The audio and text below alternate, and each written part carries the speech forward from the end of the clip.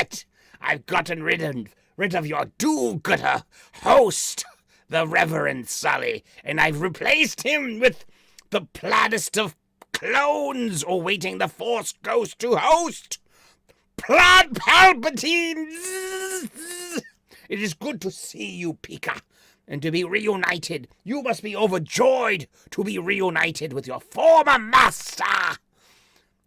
We do the electric slide, boogie woogie woogie. Zzz, zzz. Charged up. What's the show about, Pika? Show notes. Got it. What? You talk about children's magazines? Drawings? Superheroes? What do you? And mental retrograde? I'm evil! Zzz, zzz, zzz. What's going on? Why do I smell oranges? What is it? When I smell oranges, I tend to, forget who I am for a few moments, and then I wake up covered usually in chicken feathers and blood. Usually around the full moon. It's more like the full moon around here. Do it! Yeah, a little cameo by our old friend Plaid Palpatine. Plaid Palpatine was something I made up after the Rise of Skywalker in early 2020 after seeing the 9th Star Wars movie, and my mind fragmented and reassembled into a parody of the then current U.S. presidential administration and the return of Palpatine. Oh, wow, you had to be there. It was actually my first foray into making video content for the internet. It was pretty dumb and fun. They were just 45-second long clips, because that's what Twitter could support back then. I hadn't started really on the YouTube yet. I know it says that I started this in like 2011, my channel, but that's like when I started my Google account or something like that, or maybe when I signed into to YouTube. Maybe I registered with YouTube, but yeah, I didn't really start making content until 2020, until lockdown. And but yeah, wow, we'll be going on 4 years next year. Wow, that's cool. Thank you for being here for part of it. We're getting close to monetization as well. I'm about 800 hours away from that. And if my current clip of I generate like close plus minus about 10 hours of public views hours a day, and there's 90 days left in the year. I could be monetized by the new year. I probably will be, and that's because of you guys. Thank you so very much. I mean, that's really cool. I don't know if I will do super chats or like that, but or memberships. I don't know. Maybe I will. Not super chats. I'm not interested in that. Yeah, I got a day job. I got a full-time job, so it's like I don't, hey, but money doesn't hurt. A little money would be extra. That'd be cute. But the whole thing of having a goal and reaching it, though, and having a plan and not giving up and being like, over time, this could happen. Like, wow, I could be monetized by the new year, which is just 3 months away, 90 days. I looked it up. But yeah, that would be cool. How are you doing? Welcome back. It's time for the Comics Coffee Table. 3 p.m. U.S. Eastern daily. We take our coffee break together. Damn good cup of coffee. We leave the real world's problems over yonder for just a few minutes in our day. We're not ignoring them. We're not, abandoning our responsibilities. We're taking a break. You deserve a break today. And I'm not violating trademarks. I hope. Welcome to the Comics Coffee Table. Pull up a chair, grab a cuppa, whatever it is you're shoving under your nose today there, pal. A tough guy, thick neck. sizzle chest, tough guy, turkey pockets, however you identify in this grand spectrum of humanity on this earth and beyond, you are welcome here.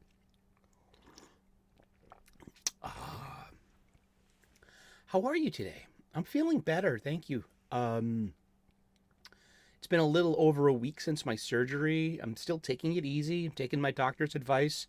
Don't lift anything over 10 pounds for 2 weeks. Like, oh gosh, the other day I saw the bus coming at the Rotary. I did not run for the bus. I did a high-speed shuffle, though, and I called it an excited shuffle while waving maniacally at the driver, who did pull over and waited for me.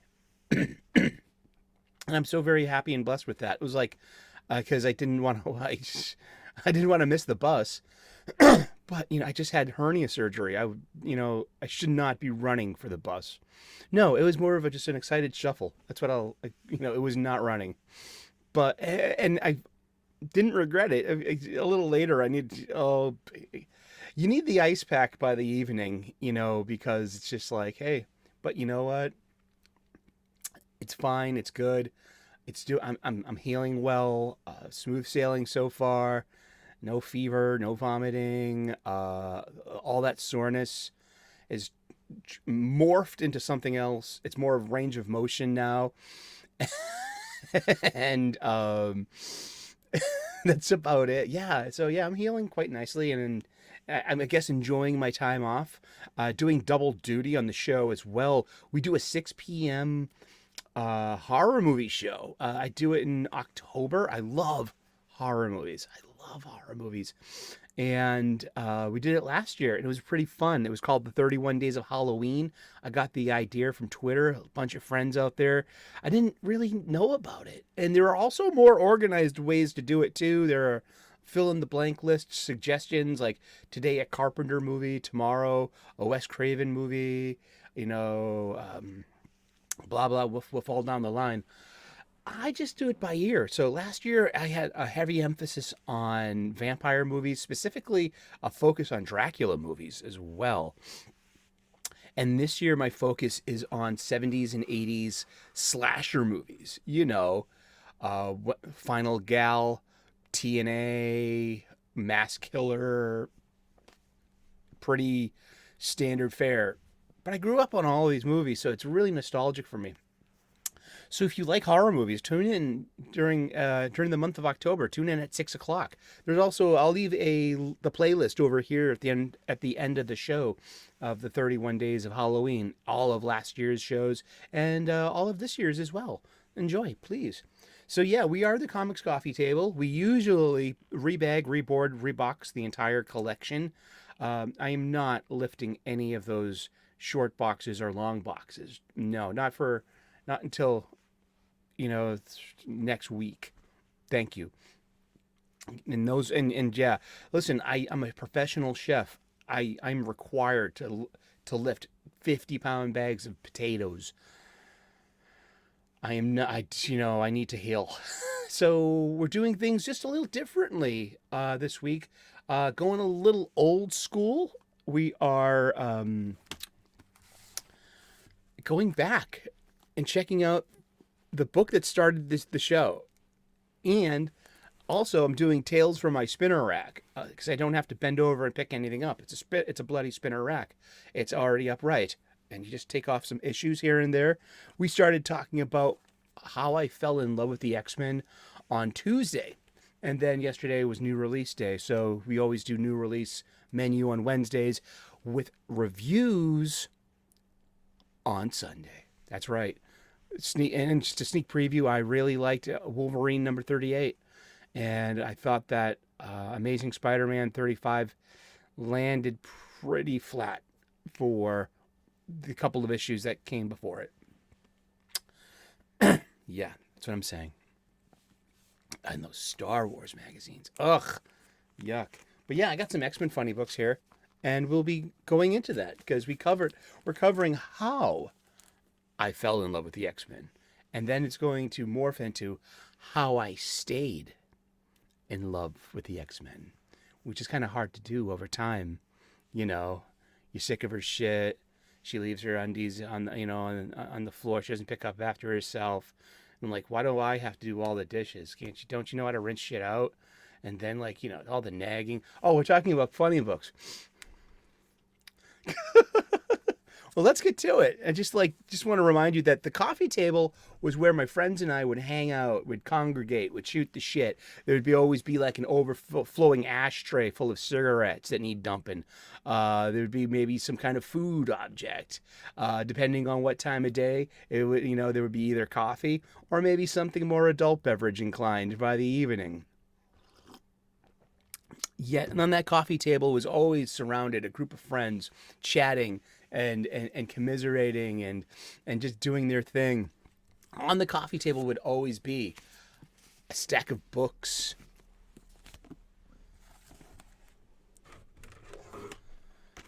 a stack of movies, a stack of video games, a stack of music, and a stack of comic books. And we were always trying to get each other to read and talk about. It's great. It's fun. So in that spirit, we meet here at a comics coffee table. Yet, did you know that last year when we started the show, before we morphed into the comics coffee table, it all started with this coffee table book. Seriously, and that's kind of where the idea of coffee table just naturally just progressed, So yeah, here's the old intro.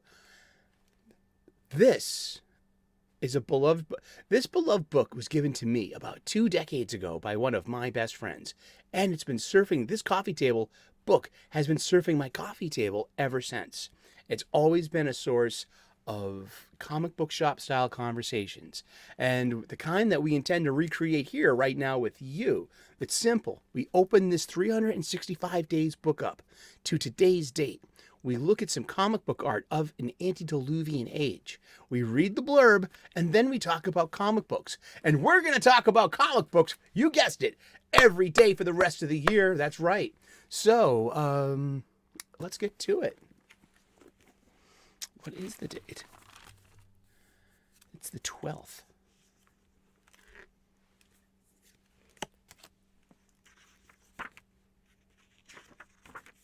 Dun dun dun. Zatara gestures and meteors bombard Saturn. Do do do. Remember, these are not pages of comic books. These aren't reproductions of comic books. These are reproductions of photographs taken of comic books and certain aspects of either the page of the comic or their covers. These are photographs by Jeff Spear. This book is an Abrams publication, 2004, written and curated by Les Daniels and Chip Kidd. You could probably get a copy at your own local comic book shop. Maybe they can order it for you. Ask. And there's also a link in the description to the online supply chain as well. October the 12th.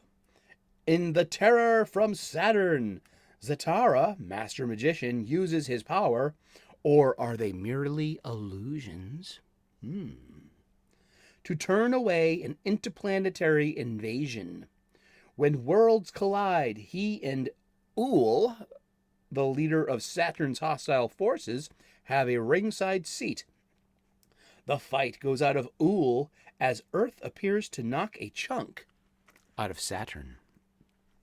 This is art by Fred Gardenier from Action Comics number 16, September of 1939.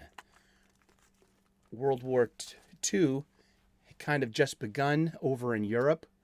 Basically started with when Nazi Germany invaded Poland and then started bombing started invading France and occupying Paris and started bombing England from afar. The United States didn't enter until December 8th of 1941, and that was just in the Pacific Theater against Japan.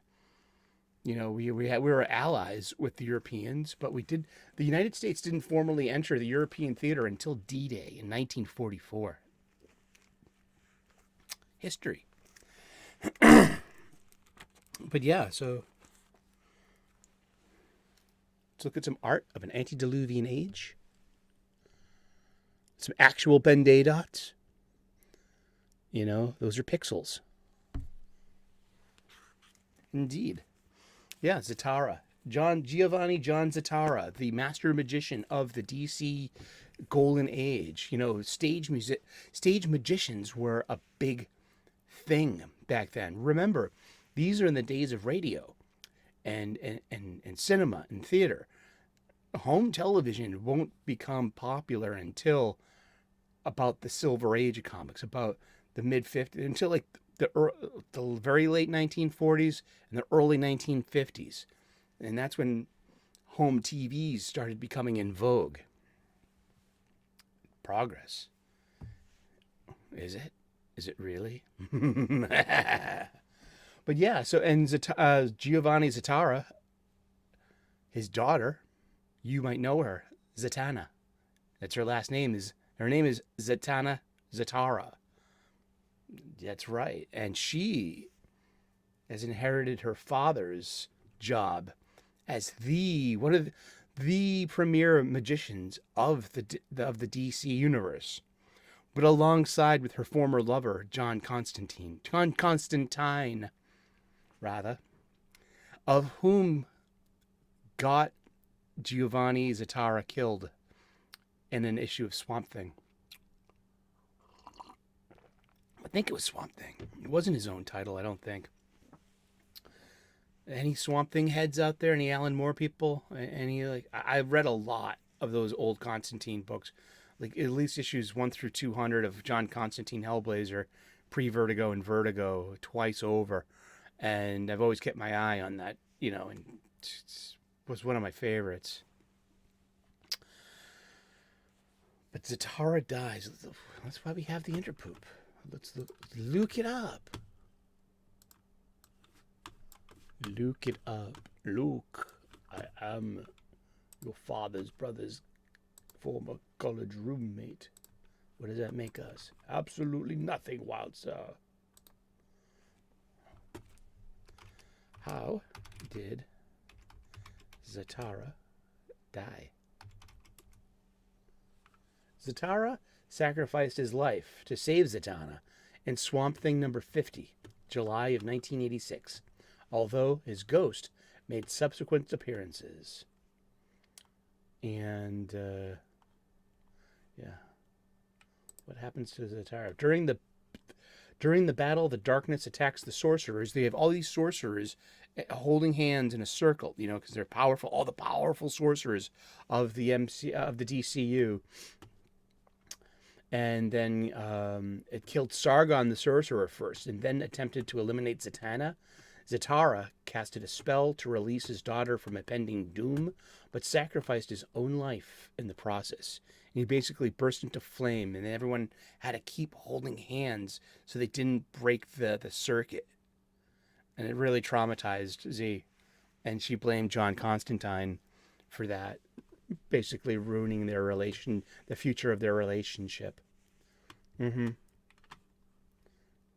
I'm not reading this from a wiki. I could. Would you like me to read from a wiki? Yeah, huh? And yeah, he was originally just human, and his thing was he kind of lived in plain sight. He was a stage magician, but he was an actual magician. So it was always the thing like, oh, he's just a magician. That's all illusion. None of that stuff's real. You know, but you could sucker a kid or a naive person, but he was actually, yeah, you get really can control magic. And he taught his daughter everything he knew. Yeah. And he first appeared in the first issue of Action Comics in June, cover dated June of 1938. So that would be, what, April? So that would be about April, like late March, early April on the shelves. Is June 1938 was when you would remove it. Then you would rip off the cover and send it back to be reimbursed. And there's Mandrake the Magician, who was he was a syndicated newspaper comic strip. He was created by Lee Falk, who was a big name. He created the Phantom, and like newspaper comic strips were the big leagues. These comic books, as we know it, began about 1935 with DC's.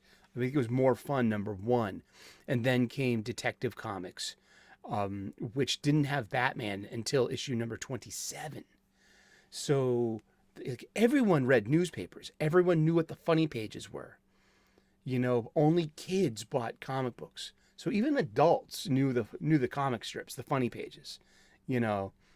So Mandrake the Magician was the top hat, the cape, the tuxedo. So there was like a look. Even Ibis the Invincible over at Fawcett Comics has is this like top level magician too. He was like the magician of Fawcett Comics. Indeed, but that Mandrake began publication on June 11th, 1934, in the Platinum Age of comics. It's so defined in the Overstreet comic book price guide. Oh my goodness, I must confess, I have fallen down a rabbit hole of wiki while the pause button was engaged. Yeah, I love the pause button. You can go up, go to bathroom, get some more coffee, get a snack. I mean, seriously, I don't edit this thing really. It's lo-fi charm, lo-fi. It's unscripted, unfiltered, unedited, lo-fi charm, and that's what consistent with that. And a big reason why we don't share images. I get a lot of questions, and rightfully so. Like, you're a comic book show. Why, for Pete's sake, don't you show anything? I show plenty. I show what I own. We look at plenty of comic books. When it comes to pirated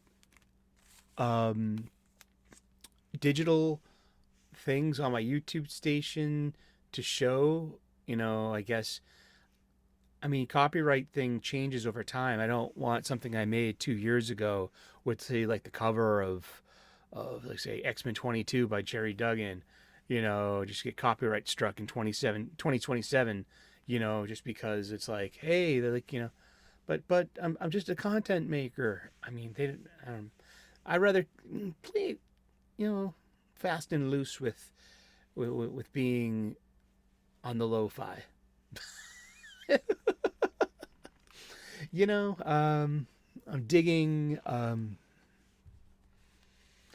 memory lane here, so much so it's like, how far back does this go?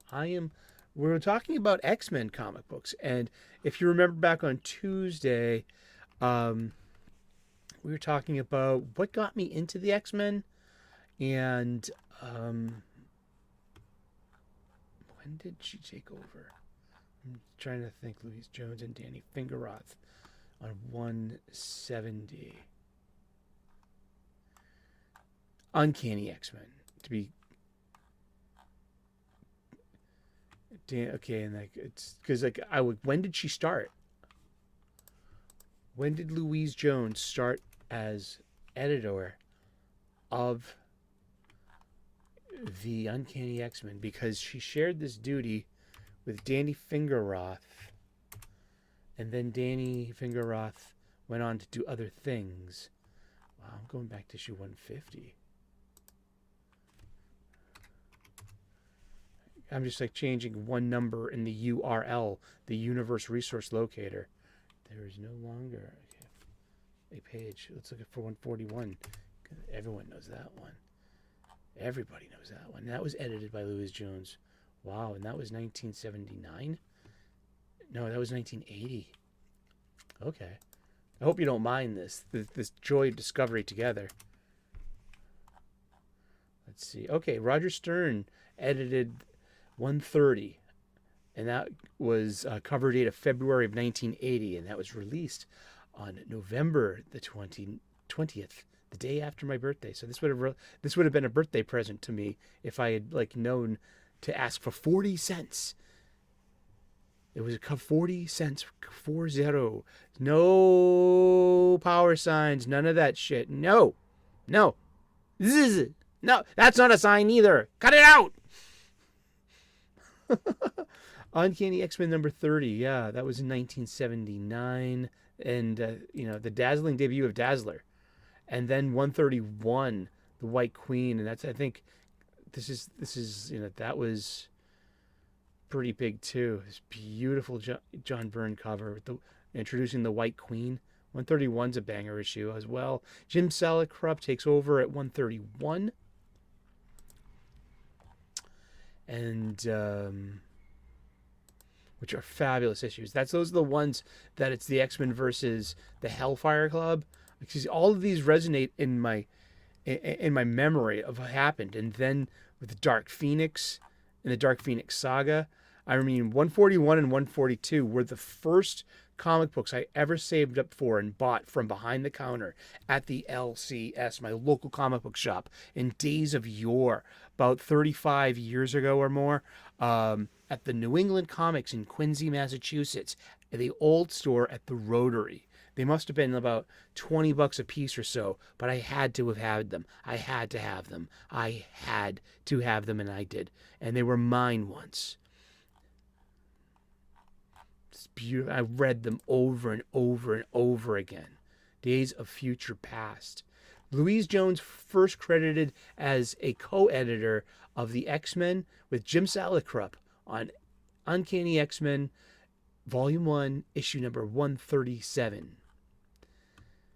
Cover date of September of 1980. Released in June 17th of 1980.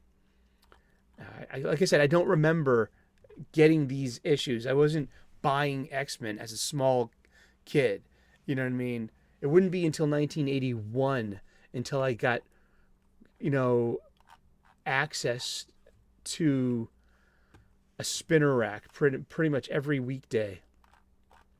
And any pocket change I had.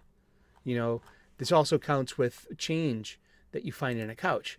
So issue 138,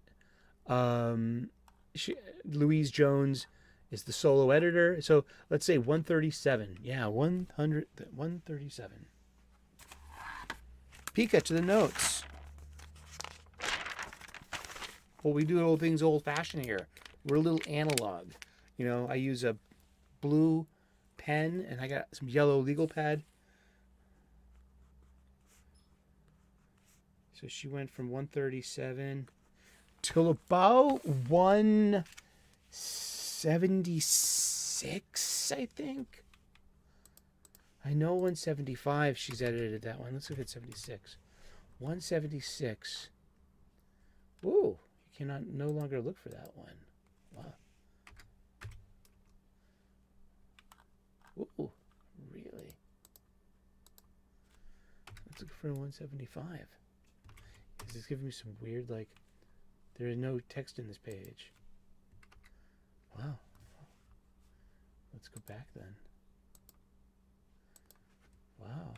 130, yeah. Indeed.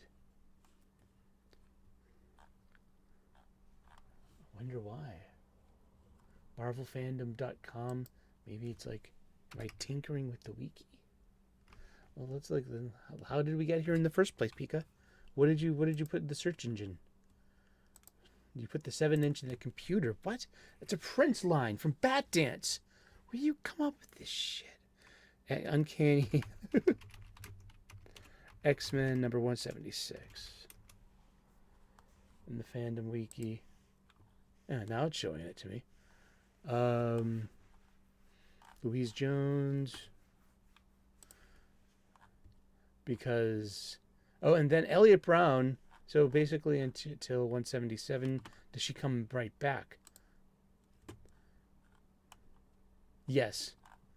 So we'll just, it's fine. 17.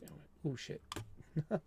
I hope you're having a great day. I hope you're clobbering your problems and not being clobbered by them.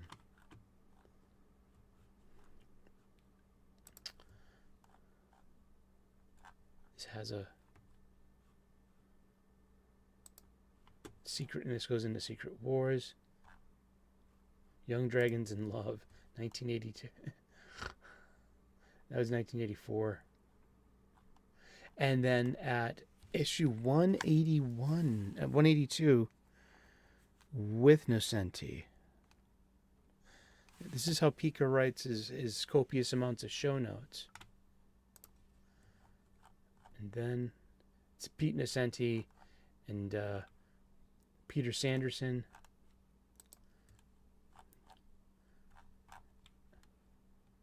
That's about 183, 184. So now, you know, the tone of the book's going to change a little bit, and it does. I mean, and but it was kind of seamless at the same time as well. Nocenti starts, you know, hiring Barry Windsor Smith. I mean, that's, you know, at 186. You know, I mean, no, he probably did one before that too. This is why I fell down a rabbit hole. This is why, like, the internet's dangerous. All this information. But yeah, she goes solo at 187, and so just I think one of her last books is about 202, which I love that cover. I got to get this. Now she's got 202. Let's go to 210. Yeah, and at 210, she's co-editing with. That's 86. There we go.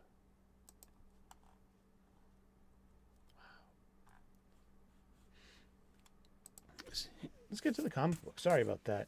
Because, yeah, Louise Jones, 1983. So we got to like a bit into 1983 with New Mutants #2 and Uncanny X-Men number 170. And then now I'm at a certain age. Now I'm at 11 years old. No, 10 years old. I'll be 11 in November. And it's 1983, and it's 40 years ago. And this was the X-Men 40 years ago. 10-year-old children buying X-Men comics with their spare money. Exactly. And art duties on this are split between Paul Smith and John Romita Jr. Hey, look, a video game ad. A Cracker Jack ad, because you can buy that with the change you got left over. Would you, though? This was $1 in the 60-cent age. And this was the 20th anniversary issue, so it's a little extra thick. Do they used to have page numbers on those things? You got a page number there? Is this paginated? It's the wedding of Scott Summers, Madeline Pryor. Remember, Storm's been the leader of the team. Remember the heads so Storm's in the Mohawk phase, and Kitty could never settle on a code name, so she went from Ariel, from Sprite, I believe was her first code name, to Ariel, to Shadow Cat with a C, and yeah, and so she's revert back to Shadow Cat now with a K, because she's a little older, and she's like the Weezer song. You don't call her Kitty, we call her Kate. And she's also Captain Kate of a pirate boat, just like in her fairy tale to Ilyana Rasputin. Ilyana Rasputin's got a really terrible story. And guess what? Rogue has just joined the team. So now we got look, classic. That's classic first generation Rogue there, before Art Adams gives her a hairstyle. And we're coming right up to that too, because we're going to make a quantum leap up to 1985. But I just want to say, just like simple comic book pages. You can just look at these 2 pages, wake up, and tell that, like, either Scott's been possessed, Scott's not in his right mind, Scott doesn't want to let Peter impede his, process. I love these uniforms. These old, that for me is like, that's peak Colossus. That's Scott Summers. I love that uniform. That's so classic. And with Pete Rasputin too. Piotr, older brother to Ilyana. Hey, look, video game ad. Primo Real Estate on the inside cover. Kool-Aid Man, the video game. For what systems? Atari 2600 or Intellivision? Which one do you think looks better? Yeah, huh? Yeah, the same. The funny thing were the coin-operated cabinet games that had versions for home systems, and just there was always some kind of lost in translation and transition to a different, to different specs, one could say. I had an Atari 800 XL, which was a substitute for an Atari 2600. It was the home computer version, and I had a cassette memory deck, and I learned some basic, and and how to make QWERTY dicks, and a go-to run go-to 10 thing, and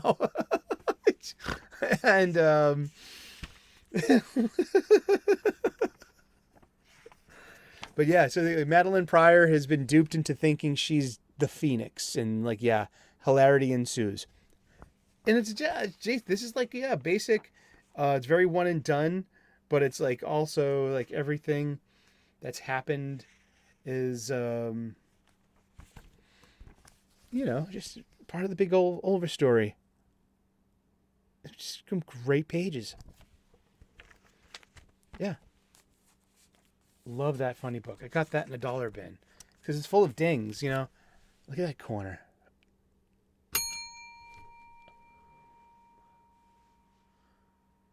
Here we go. Yeah, this is a reader copy. This thing's beat up. This thing's had its, this thing is meant for me to be on my spinner rack, because I read this. I'm like, hey, look, a video game ad. We don't know who to market comic books to. We don't. Okay. Well, you couldn't get video game ads. I mean, you couldn't get these cartridge video games at the checkout counter with your spare change left over from your funny book.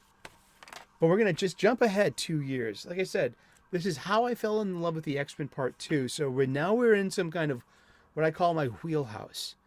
At 10 years old, I started being a monthly X-Men buyer. And I would get this. My source for this magazine was not the spinner rack. It was an actual comic book shop. It was called Superhero Universe 3. It was on the corner of Winter and Washington Streets in a district known as Downtown Crossing, where all the department stores were.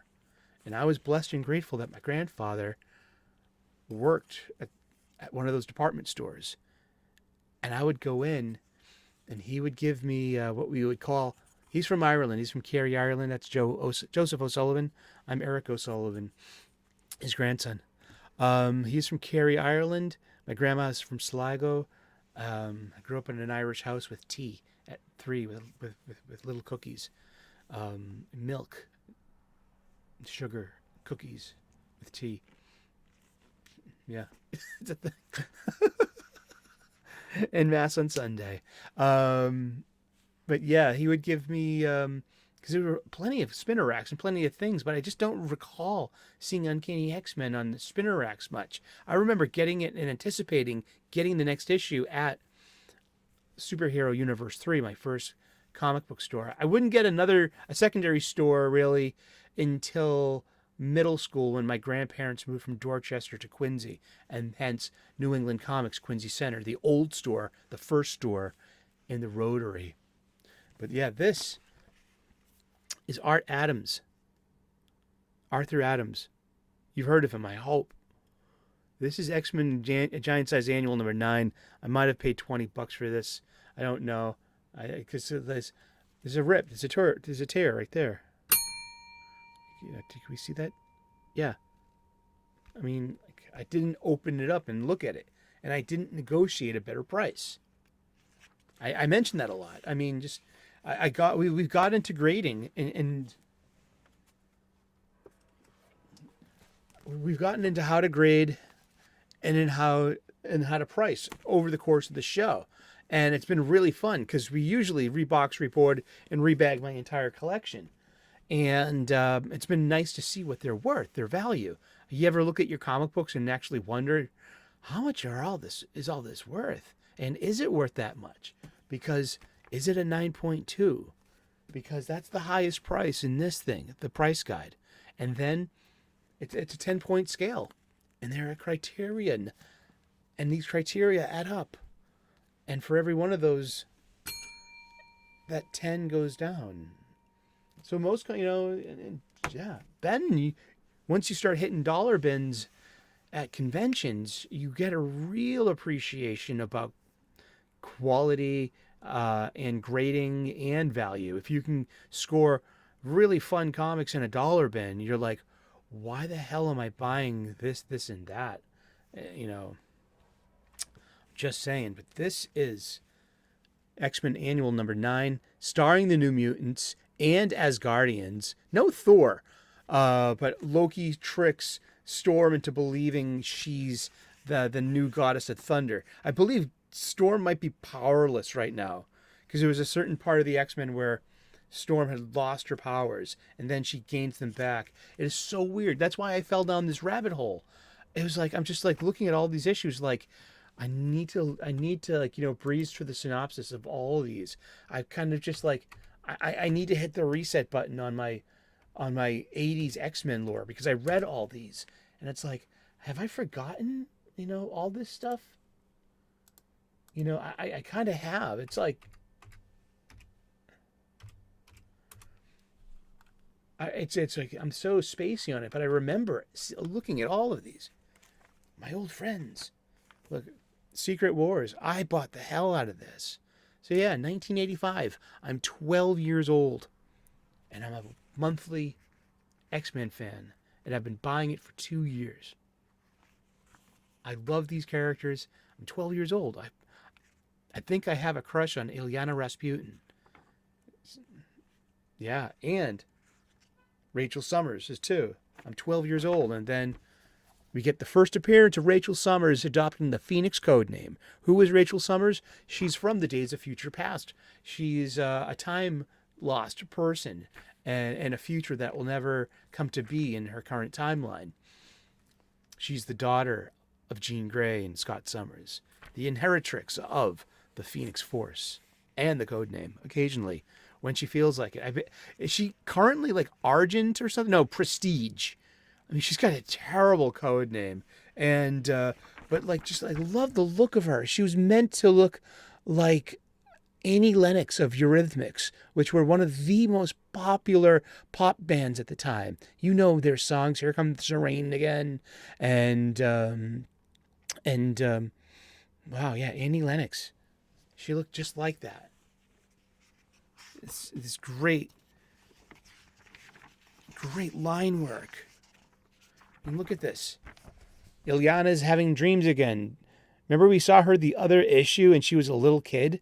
Well, she goes into that hell dimension and becomes a demon sorceress and spends years there and comes back out as this mid to late teenager. And if she uses her power, she becomes more and more like evil and more demon. Like she has a demon side called Dark Child. I always thought it was some kind of weird, like klutzy allegory for maybe like a teenage girl achieving their first menstrual cycles and not knowing how to deal with it. So, when the moon is full or waxing or waning, you're gonna have Dark Child a few days out of the, with once a month, because your adventures with Ilyana Rasputin would be like once a month, and maybe once an issue you get a little Dark Child, huh? I don't know. I'm just trying to be silly there. I know we got to wrap this up. But here's that. Remember Storm? is just like talked into like, but look at all that hand drawn onomatopoeia.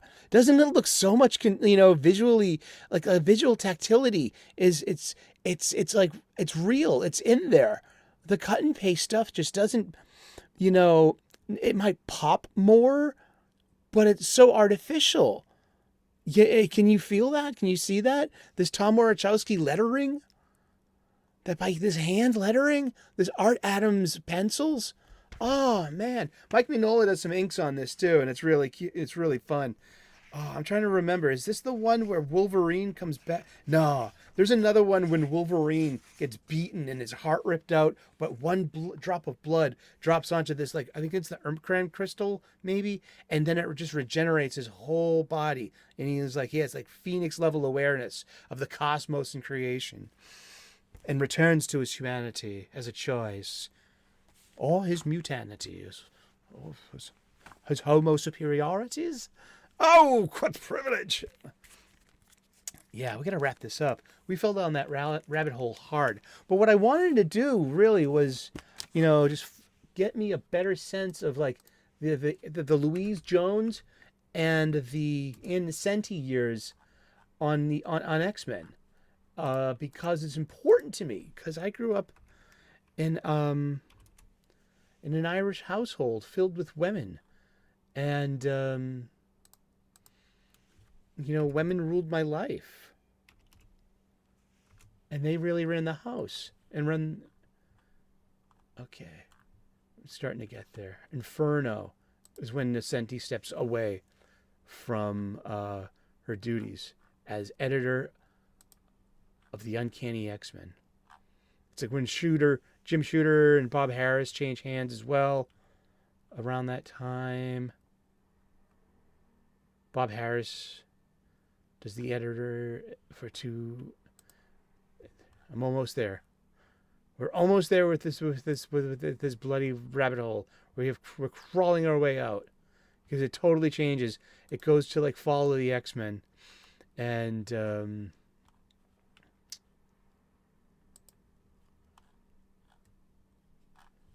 Brood shit. Wow, was it 230? Was it her last one? She's last credited on 232, which was August of 1988.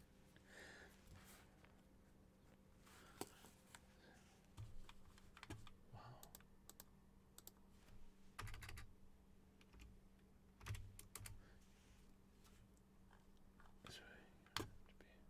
So you don't have to be to identify as a male feminist to love women and respect.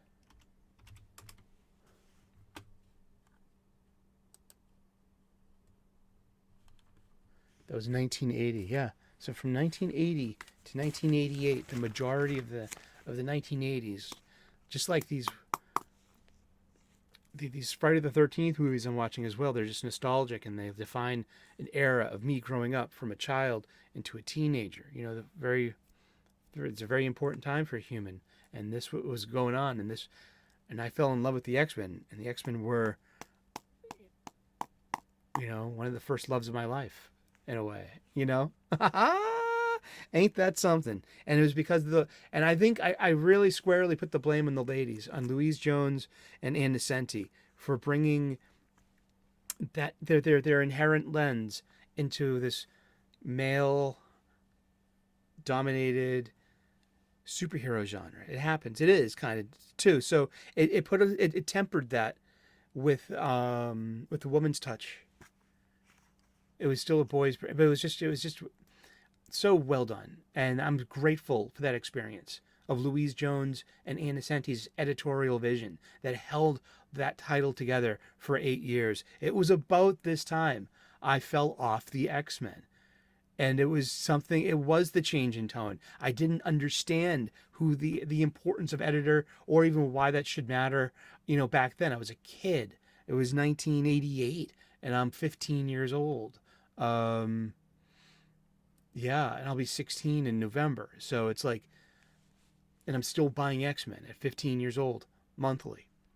And that's about the time I stopped. Indeed.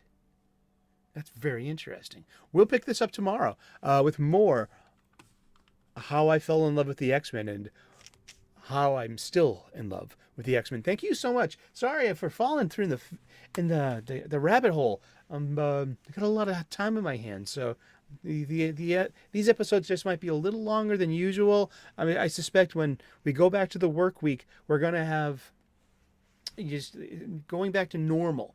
Long boxes, 50-pound sacks of potatoes, and the usual half an hour show things. Yeah, and thank you so very much for tuning in. Please like and subscribe. I would love to earn your subscription. We've been talking about X-Men comic books and wow, this art, and then we're gonna event because this is 1985.